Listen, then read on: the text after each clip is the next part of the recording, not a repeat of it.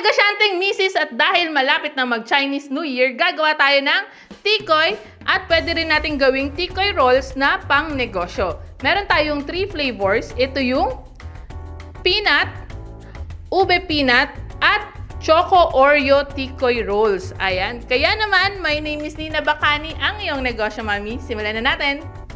Okay, meron ako ditong 4 cups ng glutinous rice flour. Ayan. Haluin muna natin ng konti.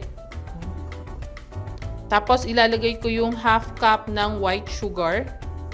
Mix muna natin sila. Kung bago ka sa channel ko, i-click mo na yung subscribe button dyan sa baba at i-hit mo na rin yung notification bell para updated ka pa sa mga negosyo recipes natin.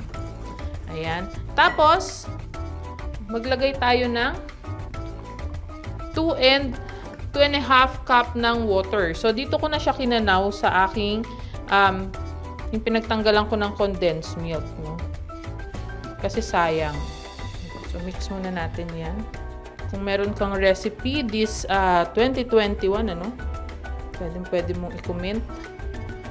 So, gawa natin ng video, ng costing, ayan. Comment mo lang dito sa baba ng video na to. Tapos, lagyan natin ng 1 teaspoon ng vanilla. At ilagay na natin yung 1 and 1/2 cup ng ating condensed milk. Luin lang natin hanggang sa maging fine na yung ating mixture, no? Wala nang lumps or buo-buo. Habang naghahalo ako dito, nagpakulo na ako ng mainit na tubig para sa pag-i-steam natin, di ba? Kasi madali lang haluin ang tikoy, eh. Ayan. Pag na-mix ng maigi, wala nang mga buo-buo, ayan, fine na. Pwede na natin siyang i-transfer dun sa ating mga lagyanan. So, ito na yung ating mixture. Ayan, yung tikoy mixture. Ngayon naman, ilalagay natin siya, hahatiin natin sa 8 inches round, no? Depende sa iyo, no, kung anong gusto mong size, 'di ba? Sa akin, 8 inches round. Nilagyan ko siya ng cling wrap or stretch wrap para hindi mahirap mamayang tanggalin, at mantika or baking spray. Okay?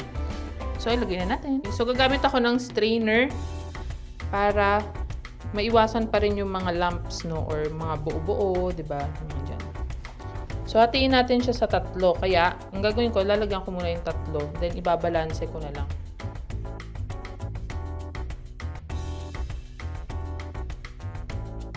Ayan, pag kumukulo na yung ating tubig, lalagay na natin yung ating mixture, no? Di kasi kasya yung 2 o 3, kaya isa-isa ko. Tapos, naglagay ako ng tela para hindi po umawas yung tubig, 'di ba? So, timeran natin yan ng 30 to 35 minutes. Ito na yung ating mga tikoy. Ayan. So, nilagay ko na dito. Actually, pwede na nga itong ibenta, eh. Yung alone lang. So, ganito. Pero, syempre yung sa atin, gagawin natin siyang tikoy rolls. Ayan. So, habang mainit-init pa, nilagay ko na dito yung ating tikoy. Ngayon naman, gagawin natin yung ating coating, no? Yung peanut coating natin. Meron na ako ditong na-crushed na mani. Diba? Ang ginamit ko lang po dito is yung happy. Para happy ang life. Tapos, meron ako ditong 6 pieces ng choco mani. Yung peanut bar. Ayan. Crinash ko din siya. Then, paghahaluin ko lang dito. So, para mas malasa yung ating tikoy rolls. Ayan. So, pag nahalo na natin yan dyan, i-leave na natin to. Okay. Ngayon, ipa-flatten naman natin yung ating tikoy. So, depende sa kapal na gusto mo, no? Pero, syempre, ang tikoy hindi dapat masyadong makapal yan, eh. So, dahan-dahanin lang natin. Maganda talaga siyang i-roll kapag mainit-init pa. Kasi sumusunod siya.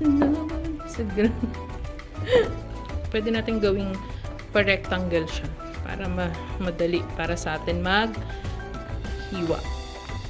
Mag-filling. Filling. Para sa ating unang filling, ito yung ating peanut butter. So, maglalagay tayo dito.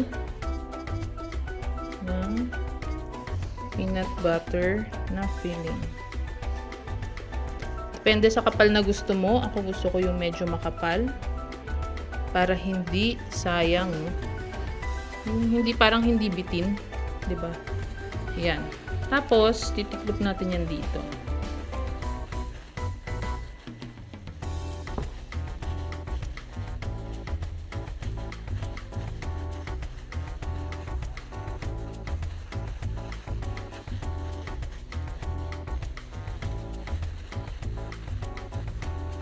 Mga 2 ikot lang.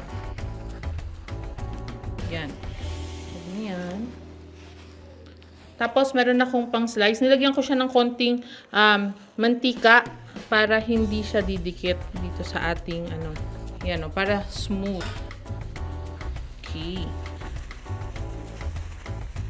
So, ito yung ating peanut. Again, depende sa size na gusto mo. Yung pag-cut. Ganyan, pwedeng ganito kalaki. Diba?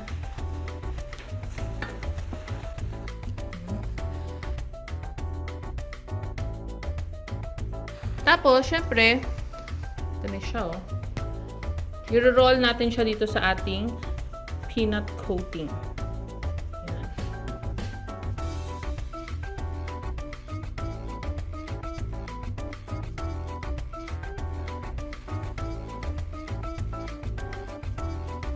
Yan. Para naman sa ating ube. Ube ang ating, meron ako ditong ube halaya. Ito yung gagamitin natin na. So again, ikot ulit.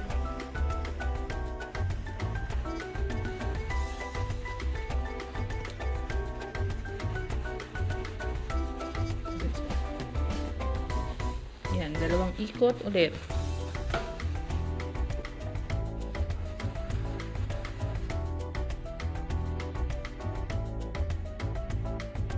Lagyan natin ulit ng peanut coating or i-roll natin siya sa peanut.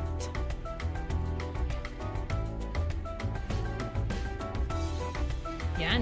At syempre para sa ating pang-finaling filling, Nutella or chocolate filling.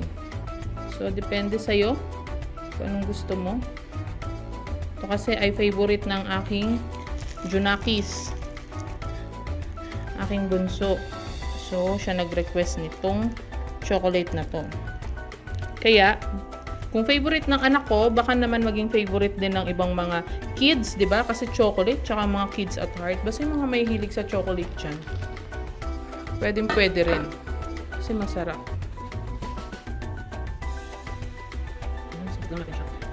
Yung pinag-iikutan ko dito, kung makikita mo, nilagyan ko siya ng stretch wrap, no? Tapos, nilagyan ko din siya ng, nisprayan ko siya ng baking spray or pwede mo namang lagyan ng mantika. Spread mo ng mantika lang. So, hatiin ulit natin. So, depende sa gusto mong laki, haba, ng iyong pasensya. Dito natin siya iro-roll sa ating crushed Oreos. Siyempre, chocolate nga. Kaya, dito sa crushed Oreo natin siya ilalagay. Yan. Ito na yung ating mga Tikoy rolls.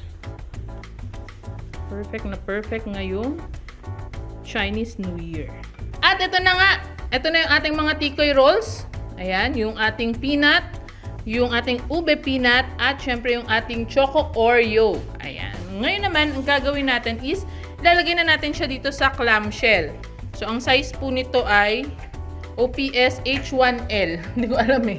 Pero yan yun. Hindi bang kita? Hindi kita. O, basta yan po yun. Maliit lang. Ngayon, nalagay ko na siya. Gagawin natin assorted. So, ikaw pwede naman na ang gawin mo is, kunyari, isang flavor lang, di ba? Pero ako, gusto ko siyang gawin as assorted. Ito ang gawin natin. Since assorted siya. Diba? Since meron tayong 3 flavor, nalagay natin yung 3 flavor dyan. Ayan.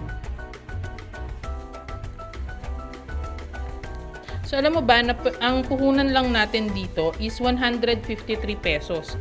Tapos pwede natin siyang benta ng 60 to 80 pesos. Check mo yung description sa baba para sa full ingredients, yung breakdown ng ingredients natin at costing.